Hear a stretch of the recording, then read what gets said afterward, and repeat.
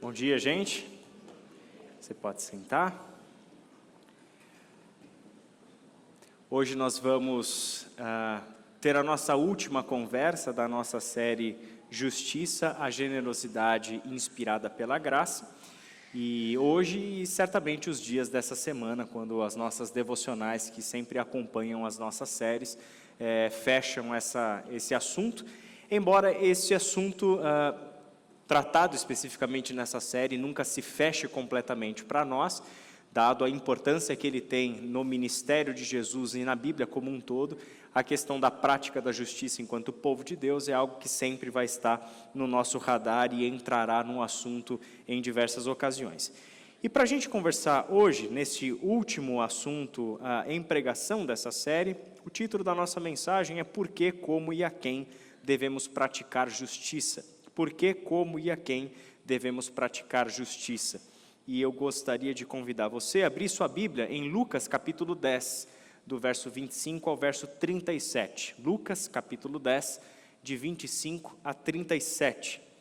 Nós vamos fazer a leitura desse texto em duas partes. Primeiro, a gente vai fazer a leitura da conversa inicial de Jesus com o perito na lei, e depois a gente vai fazer a leitura da parábola do bom samaritano, que é como essa conversa se encerra. Vamos começar então do versículo 25 de Lucas capítulo 10. Certa ocasião, um perito na lei levantou-se para pôr Jesus à prova e lhe perguntou: Mestre, o que preciso fazer para herdar a vida eterna? O que está escrito na lei? Respondeu Jesus. Como você a lê? Ele respondeu: Ame o Senhor, o seu Deus, de todo o seu coração, de toda a sua alma, de todas as suas forças e de todo o seu entendimento.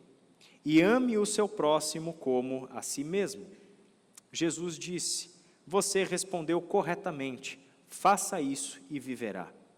Mas ele, querendo justificar-se, perguntou a Jesus: E quem é o meu próximo? Até aí por enquanto, vamos orar mais uma vez? Pai querido, te damos graças pela tua palavra, te damos graças porque temos essa liberdade de a lermos e a estudarmos juntos, e temos como presenciar esse milagre, Senhor, do entendimento da sua palavra, porque sabemos que isso é por meio da ação do teu Santo Espírito na vida de cada um de nós. Que estas palavras sejam entendidas por nós e entendidas de forma prática, entendimento que se transforma em obediência simples àquilo que o Senhor Jesus nos ensina por meio deste episódio. É em nome de Jesus que nós oramos. Amém. O texto começa com uma cena onde os personagens são apresentados a nós. Certa ocasião, um perito na lei se levantou para pôr Jesus à prova.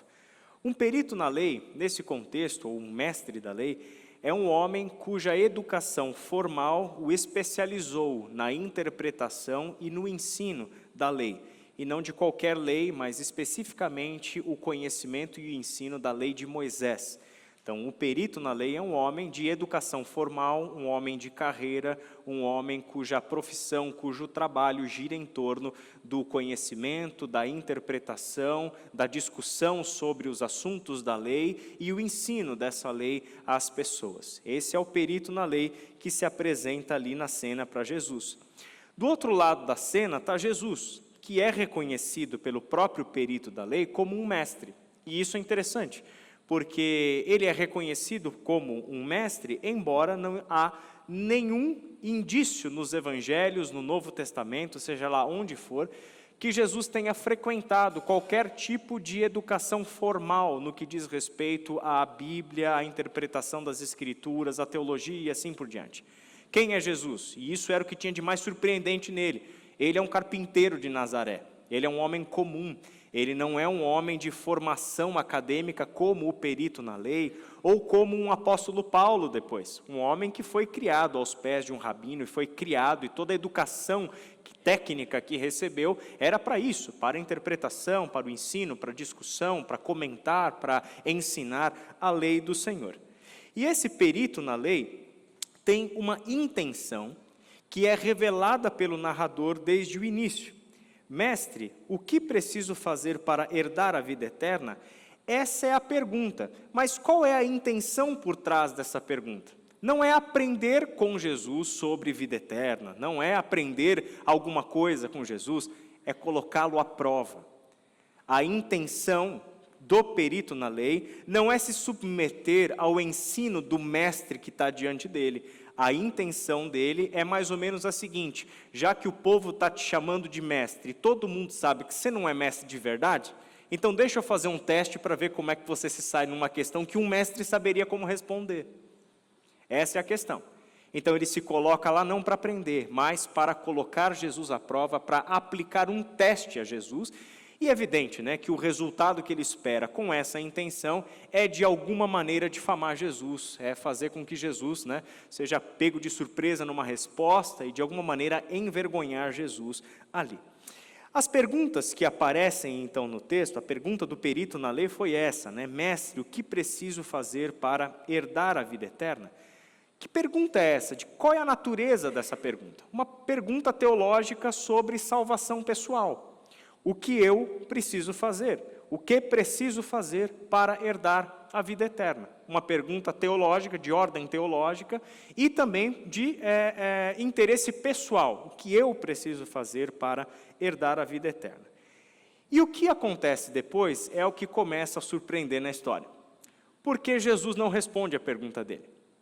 E aí começa a se revelar na história um mestre de verdade. Jesus, ao não responder a pergunta, objetivamente, a pergunta que lhe foi feita, o que ele faz? Ele devolve uma pergunta. O que está escrito na lei? Respondeu Jesus. Como você a lê? Então, ao invés de responder objetivamente a pergunta que lhe foi feita, Jesus devolve a pergunta para o seu interlocutor, para o perito na lei. E o que Jesus está querendo saber com essa pergunta? O que está escrito na lei? Tem muita coisa escrita na lei. E é claro que Jesus não esperava que esse sujeito recitasse toda a lei de Moisés para ele. Jesus não está querendo saber como que ele decorou a lei de Moisés, não é essa a questão. O que fica evidente no complemento da pergunta de Jesus: como você a lê? Como você a interpreta? Qual é o seu entendimento sobre o que há de mais essencial na lei? Qual é o seu entendimento sobre o coração dessa lei, a partir do qual depende o entendimento, a interpretação e a aplicação da totalidade da lei? Essa é a pergunta, é uma pergunta hermenêutica, é uma pergunta interpretativa. Como você a lê, como você a interpreta, como você a entende?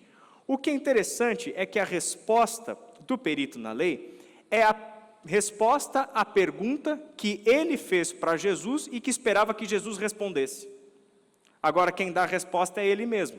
Então, deixa eu te dizer a resposta dessa questão. E ele respondeu assim: ame o Senhor, o seu Deus, de todo o seu coração, de toda a sua alma, de todas as suas forças e de todo o seu entendimento. E ame o seu próximo como a si mesmo.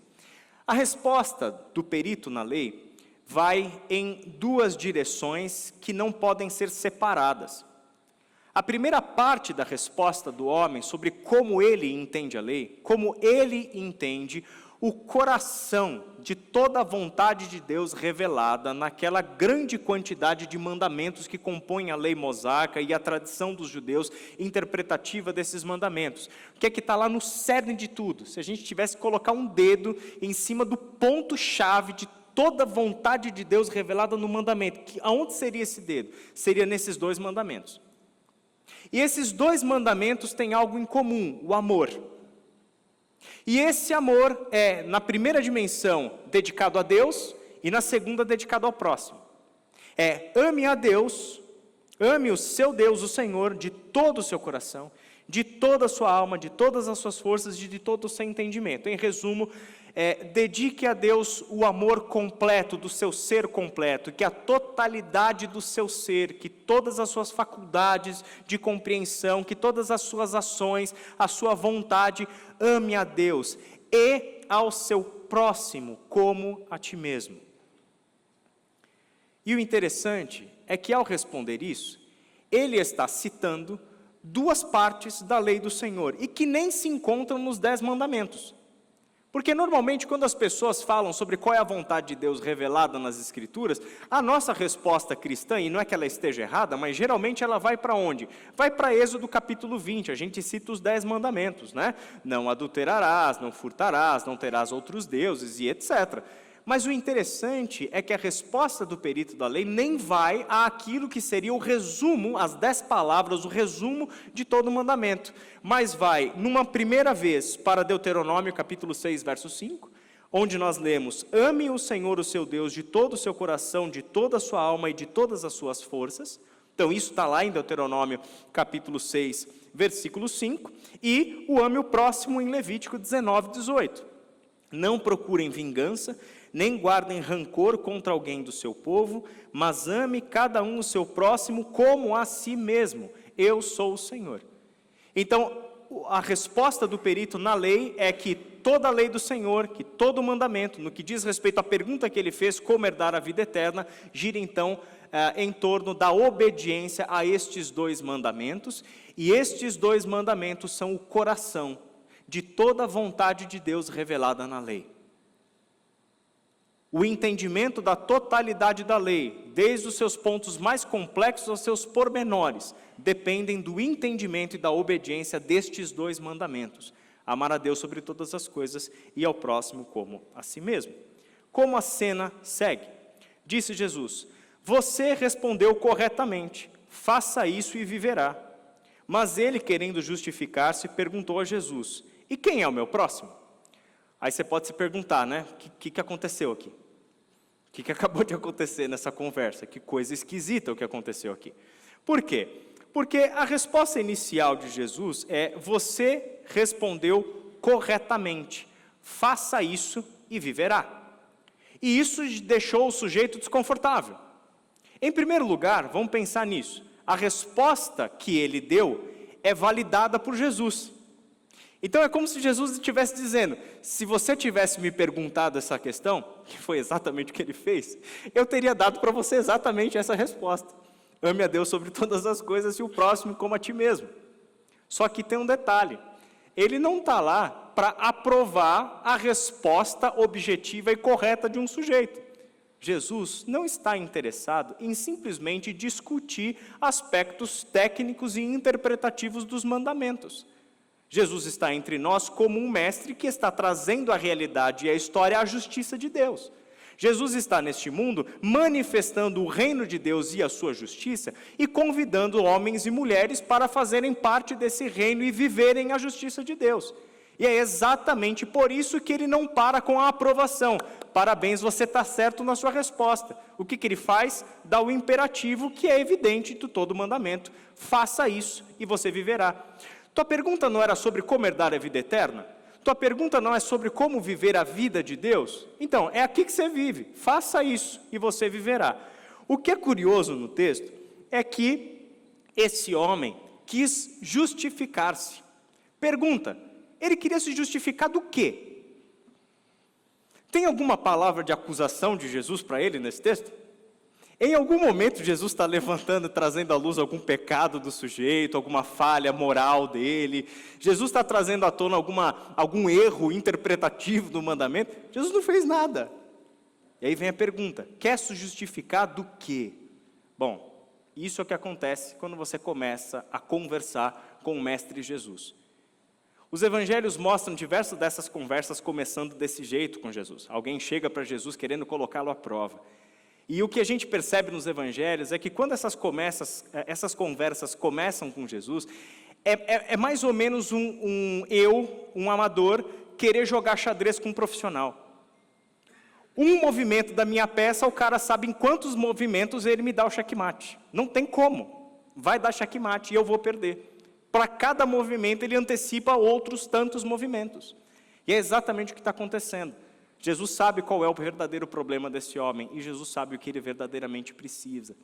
Então, quando Jesus diz: vá, faça isso, e você viverá, faça isso, e você viverá, ele está trazendo à luz para o próprio perito na lei.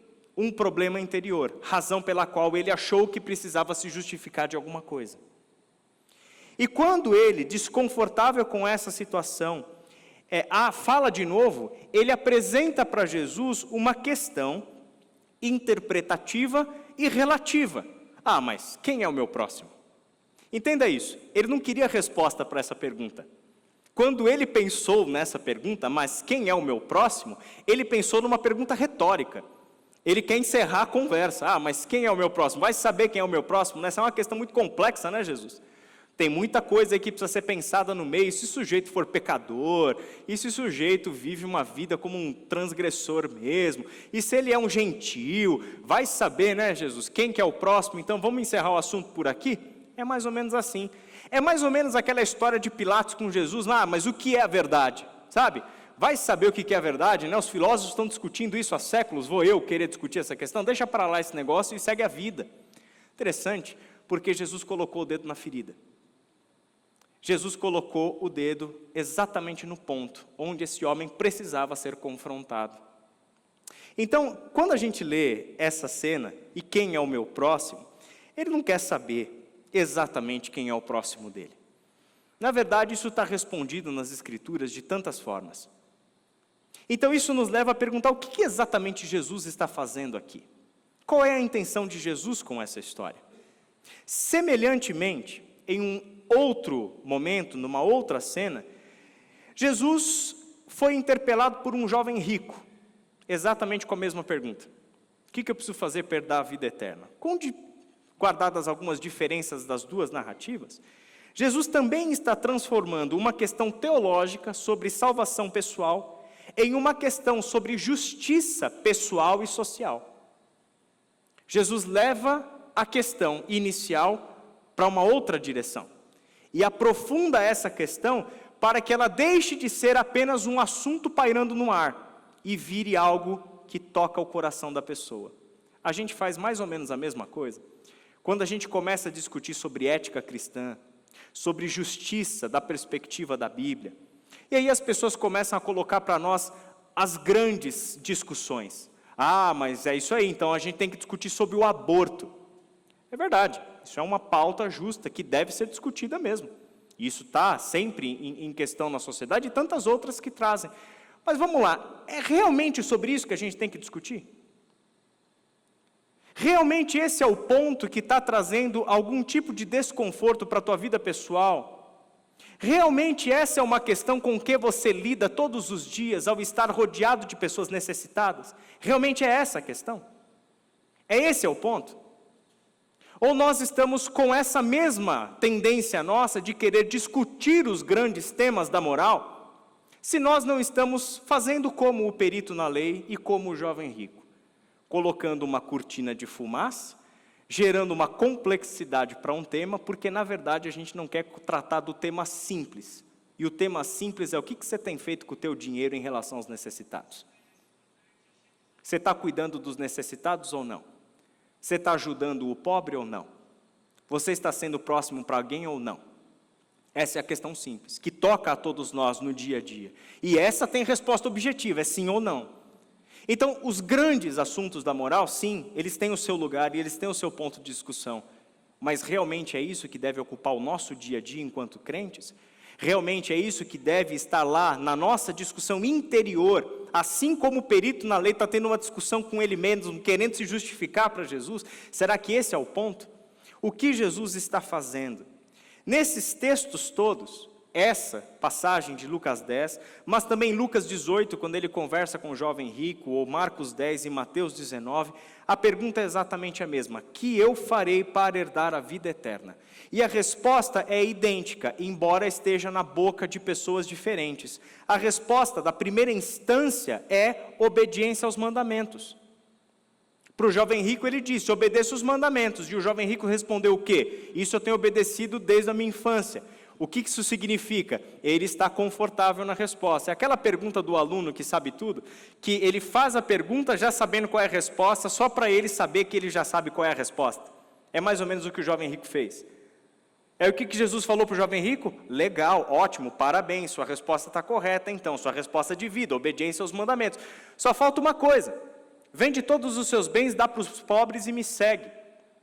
Como é que a história termina? O cara vai embora triste porque possuía muitos bens.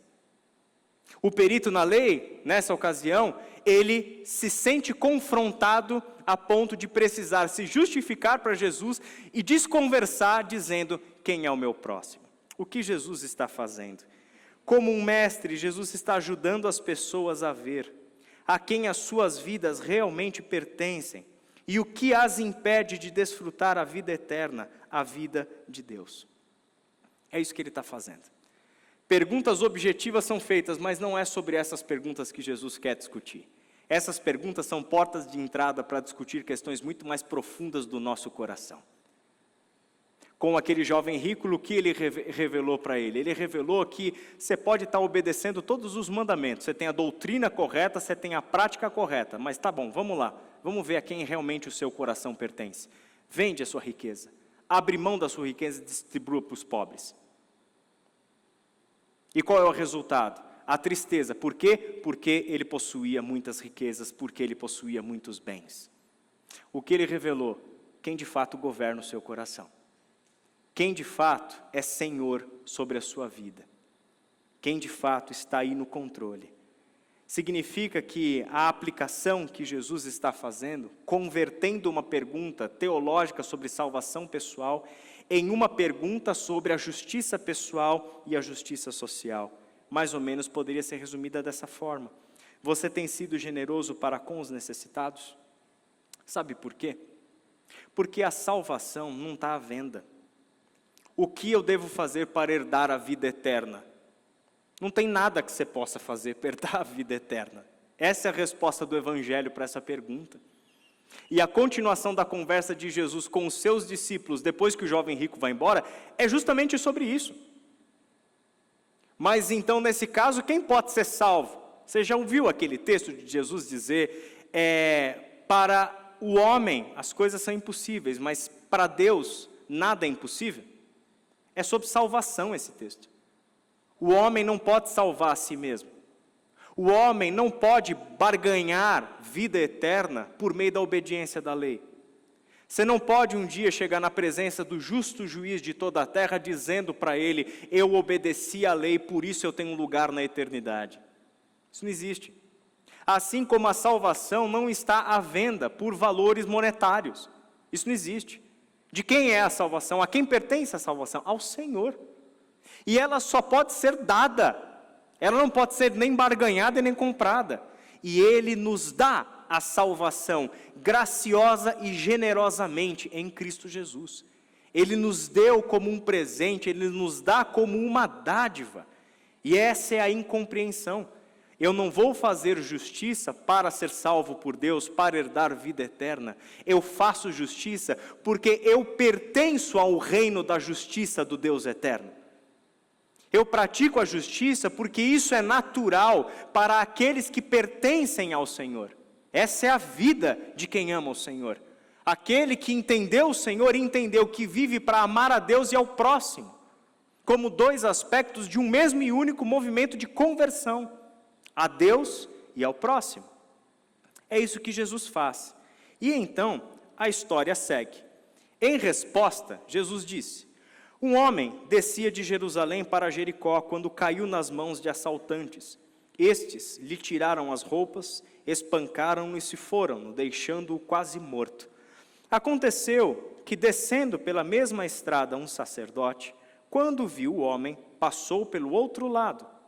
E assim também um levita, quando chegou ao lugar e o viu, passou pelo outro lado. Mas um samaritano, estando de viagem, chegou onde se encontrava o homem, e quando o viu, teve piedade dele. Aproximou-se, enfaixou-lhe as feridas, derramando nelas vinho e óleo, depois colocou-o sobre o seu próprio animal, levou-o para uma hospedaria e cuidou dele. No dia seguinte, deu 2 denários ao hospedeiro e lhe disse: cuide dele, quando eu voltar, pagarei todas as despesas que você tiver. Qual destes 3 você acha que foi o próximo do homem que caiu nas mãos dos assaltantes? Aquele que teve misericórdia dele, respondeu o perito na lei. Jesus lhe disse: vá e faça o mesmo. Como essa parábola provoca, e ela é uma parábola altamente provocativa para os ouvidos e a mente de um judeu do primeiro século. Ela começa nos falando de uma estrada entre Jerusalém e Jericó, que já era conhecida por ser uma estrada perigosa, justamente pelos riscos de assaltos e dos bandos de assaltantes que se escondiam por trás das rochas e morros, etc., e ali praticavam certos assaltos aos viajantes dessa estrada. Ali ele coloca um cenário em movimento, onde nesta descida para Jericó, de Jerusalém para Jericó, está descendo um homem, e este homem que desce de Jerusalém para Jericó é, de alguma forma, insinuado como um homem que era judeu. Então, ele é alguém de Jerusalém e está indo em direção a Jericó. É o que Jesus começa a mostrar para esse perito na lei. Esse homem judeu que desce de Jerusalém para Jericó, como era de se esperar numa história que começa com a estrada de Jerusalém para Jericó, é assaltado. Esse homem é espancado, esse homem é desnudo, levam todos os seus pertences, e ele fica numa condição tão terrível que você, ao olhar para ele, não saberia dizer se ele está vivo ou se ele está morto. Você já imaginou essa cena? Não sei se você já literalmente presenciou algo assim, de você ver um ser humano em uma condição, né, tão terrível que você já não consegue discernir se está vivo ou se está morto. É algo que acelera o coração, é um negócio meio desesperador mesmo. Você está ali diante de uma cena terrível. E esse homem, que é espancado, deixado lá quase morto, ele fica ali completamente vulnerável. Ele não tem como sair dessa situação. O sujeito está quase morto, como é que ele vai levantar dali? O que vai acontecer com ele nessa situação? É aí que a emoção começa na história. Porque Jesus fala que um sacerdote estava passando por ali, e esse sacerdote, ao ver aquele homem ensanguentado, nu e quase morto, passa de longe. Não quero nem passar perto desse sujeito. Detalhe, ele é um judeu, o sacerdote também é um judeu.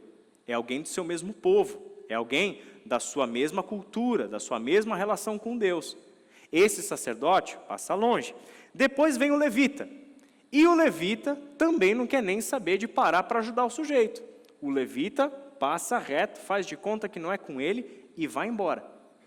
Por que isso? Existem duas respostas para esta atitude de negação de prestação de ajuda por parte tanto do sacerdote quanto do levita. A primeira, e talvez mais evidente, que tocaria a todos nós, é a autopreservação. Então eu estou vendo um sujeito na estrada todo ensanguentado, caído ali, e se eu parar aqui nessa estrada, o que pode acontecer comigo? Será que os assaltantes que acabaram de fazer essas coisas com esse cara ainda estão por aqui? Será que isso aqui é uma cilada? Será que esse cara está fingindo isso daqui para eu ser assaltado, para parar o que eu estou fazendo e daí ser assaltado? Uma questão de autopreservação.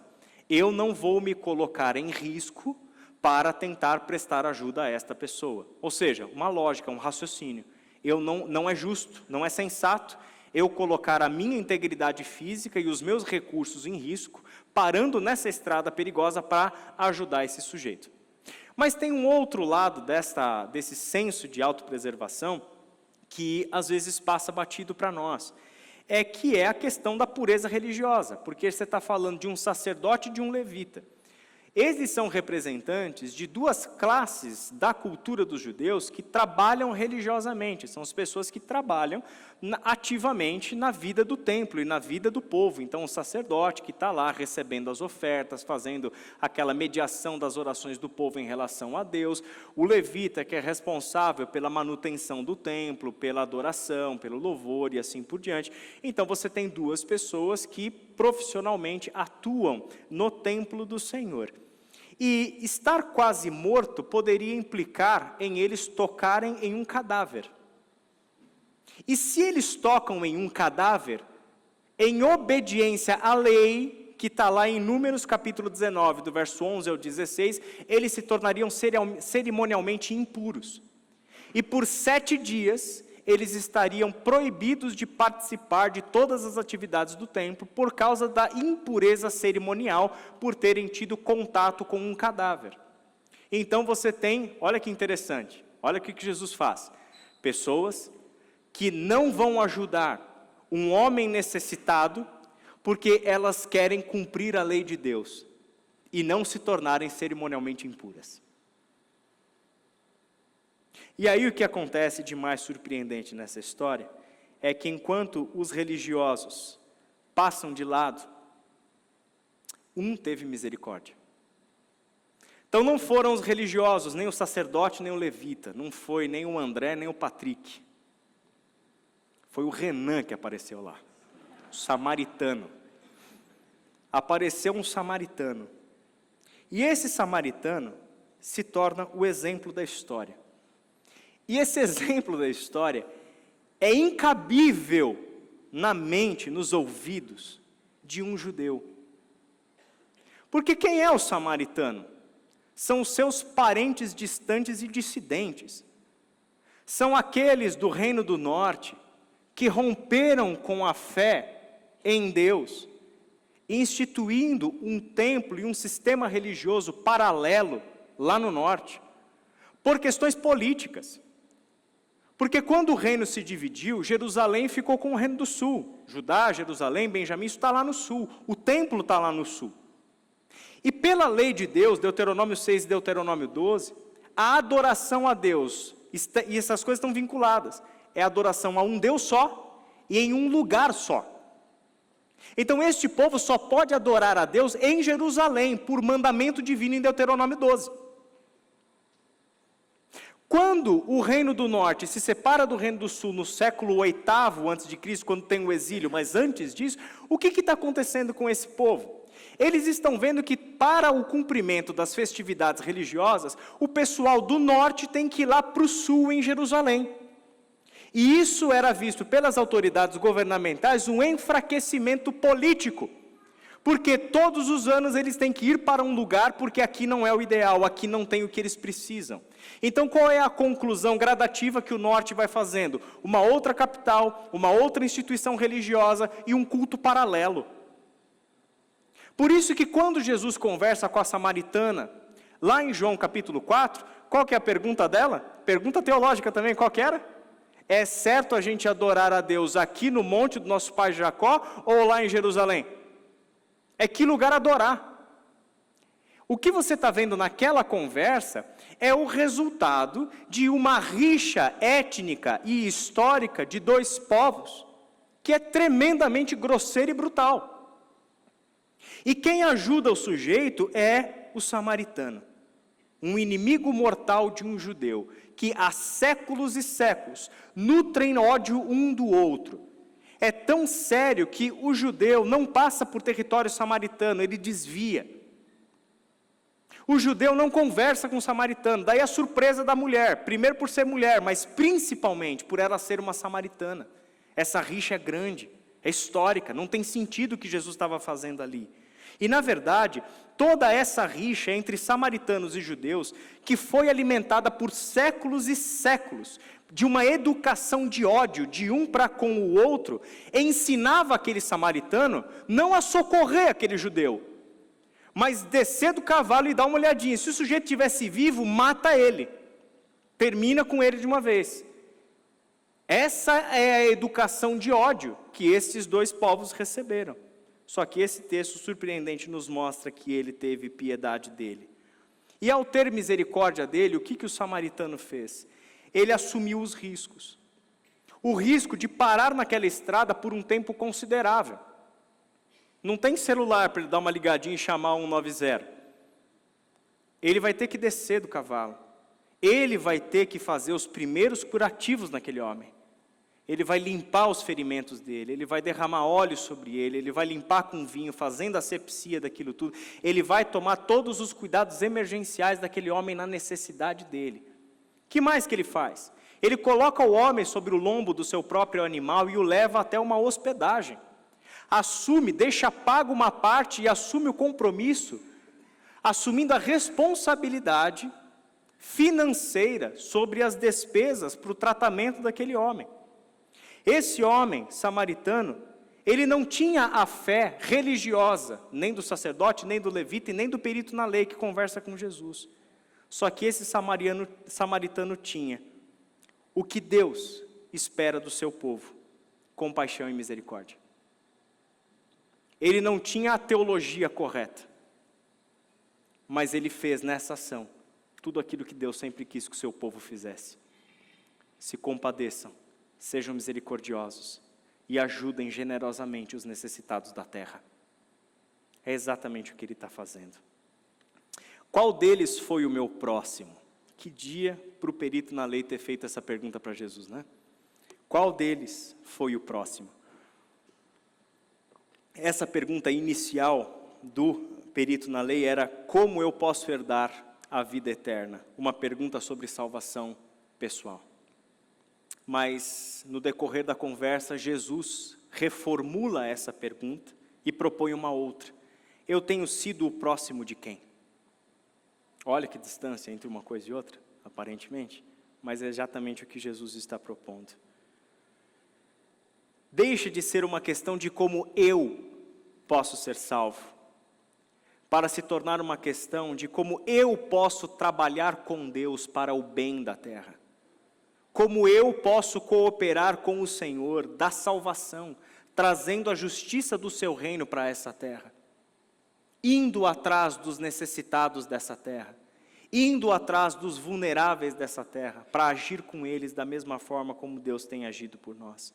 A pergunta que Jesus provoca em nós é: as minhas ações para com os necessitados são ações de misericórdia e de generosidade? Essas são as perguntas que estão sendo propostas para nós. Porque a pergunta foi: quem é o meu próximo? Essa é a pergunta inicial, depois, né? A pergunta de autojustificativa do perito na lei. E Jesus, ao final da sua parábola, converte essa pergunta, não mais em quem é o meu próximo, mas quem foi o próximo do necessitado. O que é que Jesus está fazendo aqui? Ele está colocando a atenção não nas pessoas que prestam ou deixam de prestar a ajuda, mas ele coloca a perspectiva de toda a narrativa na pessoa que está lá no chão ensanguentada e quase morta. É como se ele quisesse provocar a seguinte reação ao fazer a pergunta: quem foi o próximo do homem que estava lá? Ele quer saber o seguinte: se você estivesse numa estrada de Jerusalém para Jericó, viessem os assaltantes, espancassem você, arrancassem sua roupa, levassem os seus pertences, te batessem tanto que você ia ser dado como morto lá no chão, você ia querer um próximo? Você ia querer um próximo? Você gostaria que alguém parasse e estendesse a mão para você? Você gostaria que alguém te socorresse nas suas necessidades e trouxesse você de volta para a vida? Você gostaria que alguém corresse o risco para salvar você? Você gostaria que alguém assumisse responsabilidade para cuidar de você nas suas necessidades? Esse é o ponto. Porque qual é o mandamento mesmo que o perito na lei diz ser o coração da lei? Ame a Deus sobre todas as coisas e ao próximo como a ti mesmo. Você gostaria que fizessem com você? Então faça por ele. Faça pelo outro. E ele não faz isso sem emoção, ele bota um samaritano na história para apimentar todo esse caldo. Quando Jesus encerra a conversa, Jesus lhe disse: vá e faça o mesmo. Vá e faça o mesmo. O próximo a quem devemos o amor é todo ser humano em sua necessidade. E segundo o ensino de Jesus sobre a prática da justiça, até mesmo aqueles que por alguma razão nós consideramos como inimigos. Até eles que por alguma razão, distorcida da nossa própria mentalidade, consideramos como inimigos. O meu próximo, mais próximo, são as pessoas nas suas vulnerabilidades. Esses são os próximos que passam na frente da fila do próximo. São as pessoas que rompem na nossa história por causa da sua vulnerabilidade. Respondendo às perguntas da nossa mensagem: por que praticar a justiça? Devemos praticar a justiça porque Deus é justo e misericordioso. Não praticamos a justiça como uma maneira de barganhar com Deus a salvação. Não praticamos a justiça porque a gente quer que os homens nos vejam e aplaudam a gente por causa da nossa generosidade. Nós praticamos a justiça porque Deus é justo e nós pertencemos a Deus. E nós somos o seu povo. praticamos a justiça simplesmente por isso, sem racionalizações, sem ficar procurando cortina de fumaça para a gente não fazer aquilo que a gente sabe que tem que fazer. Simplesmente praticamos a justiça, porque Deus é justo, e o Deus justo é Deus misericordioso. O essencial da obediência a Deus sempre será o amor dedicado a Deus, no amor ao nosso próximo. Sempre será um amor generoso, entendendo que a conversão a Deus é uma conversão ao próximo. Não existe uma conversão a Deus sem que tenha o movimento completo, que é a conversão ao próximo. É o princípio que a gente vê em 1 João. Você fala que ama a Deus que você não vê, mas você não ama o irmão que você não vê, então está errado, que você vê, então está errado isso. Você está sendo hipócrita. Não funciona desse jeito. A conversão é sempre a Deus e ao próximo. Como nós praticamos a justiça? 2 respostas. A primeira delas é criativamente. Praticar a justiça com criatividade. É a criatividade da prática da justiça que nos levará a atender as pessoas nas suas reais necessidades. Naquilo que realmente é um problema que precisa de uma solução. Assim como a real necessidade dos dois não é saber como herdar a vida eterna, mas a real necessidade dos dois era saber quem governava o coração. A mesma coisa se aplica a todos os tipos de prática de justiça social. Qual é a real necessidade? Vou dar um exemplo para vocês. Quando uma pessoa se apresenta com problemas financeiros, ela pode estar passando por dificuldades, porque de fato ela perdeu o emprego, aconteceu uma tragédia, aconteceu alguma coisa, as contas se perderam do caminho, e aí você precisa entrar com uma ação emergencial. Essa pessoa precisa colocar comida na mesa. Essa pessoa precisa ter a moradia dela. Essa pessoa precisa ficar de pé de novo. Esse é o parar na estrada, é o limpar as feridas, é o estar ali, é o cuidar das pessoas, naquilo que se apresentou diante dos nossos olhos. Mas essa é toda a necessidade? Pode ser que não.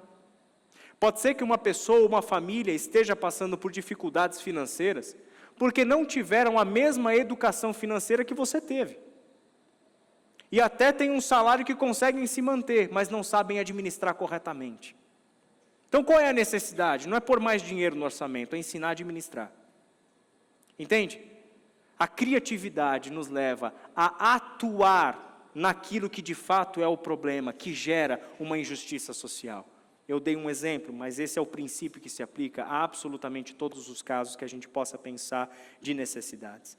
E a segunda resposta sobre como fazemos justiça é generosamente. Não se faz justiça segundo o reino de Deus sem generosidade. O texto máximo, certamente, que a gente tem no Antigo Testamento sobre a vontade de Deus para a organização socioeconômica do seu povo, encontra-se em Deuteronômio 15 e o outro em Levítico 25, sobre o qual a gente mencionou um pouco na semana passada.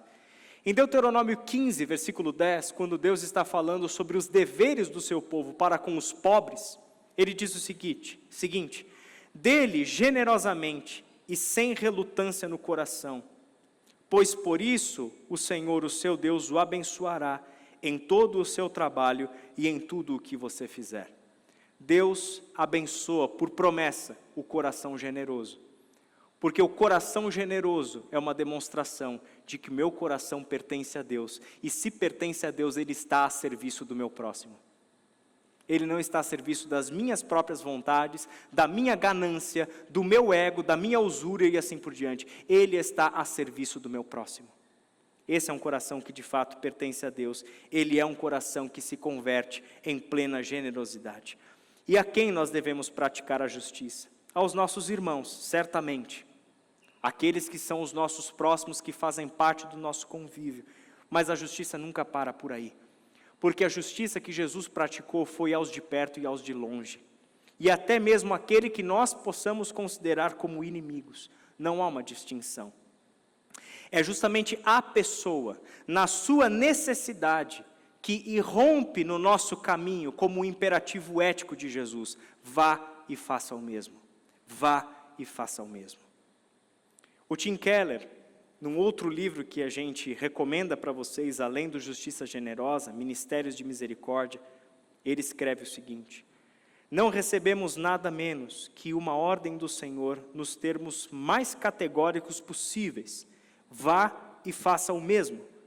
Nosso paradigma é o samaritano, que colocou em risco a segurança, deixou de lado sua agenda, ficou todo sujo e ensanguentado ao se envolver pessoalmente com uma pessoa necessitada, pertencente a outra raça e classe social. Será que nós, como cristãos, estamos pessoalmente obedecendo a essa ordem? E como igreja, será que estamos obedecendo a essa ordem coletivamente? Essas são questões de reflexão que a gente precisa levar, primeiramente para a nossa vida pessoal e particular, a quem o nosso coração realmente pertence. E como tem sido para nós uma prática de justiça, se é só uma questão religiosa minha com Deus, como era o caso do sacerdote e do levita da parábola, ou se é a justiça de obediência prática, aquela que você vê na ação do samaritano, que simplesmente vai e faz o que precisa ser feito. Mas essa é uma reflexão que a gente pode levar para os nossos círculos de amizade. Porque a gente pode fazer muita coisa sozinhos, é verdade, e devemos fazer. Mas para pensar quando a gente começa a se juntar. E juntos, a gente começa a conspirar pelo bem dessa terra. Quando juntos a gente começa a cooperar para que os vulneráveis dessa terra sejam visitados e assistidos por este povo que pertence ao Deus da justiça e da vida. O que acontece quando nós começamos, como igreja, a atuar nessas frentes? Gostaria que você assistisse mais um vídeo nosso sobre justiça social.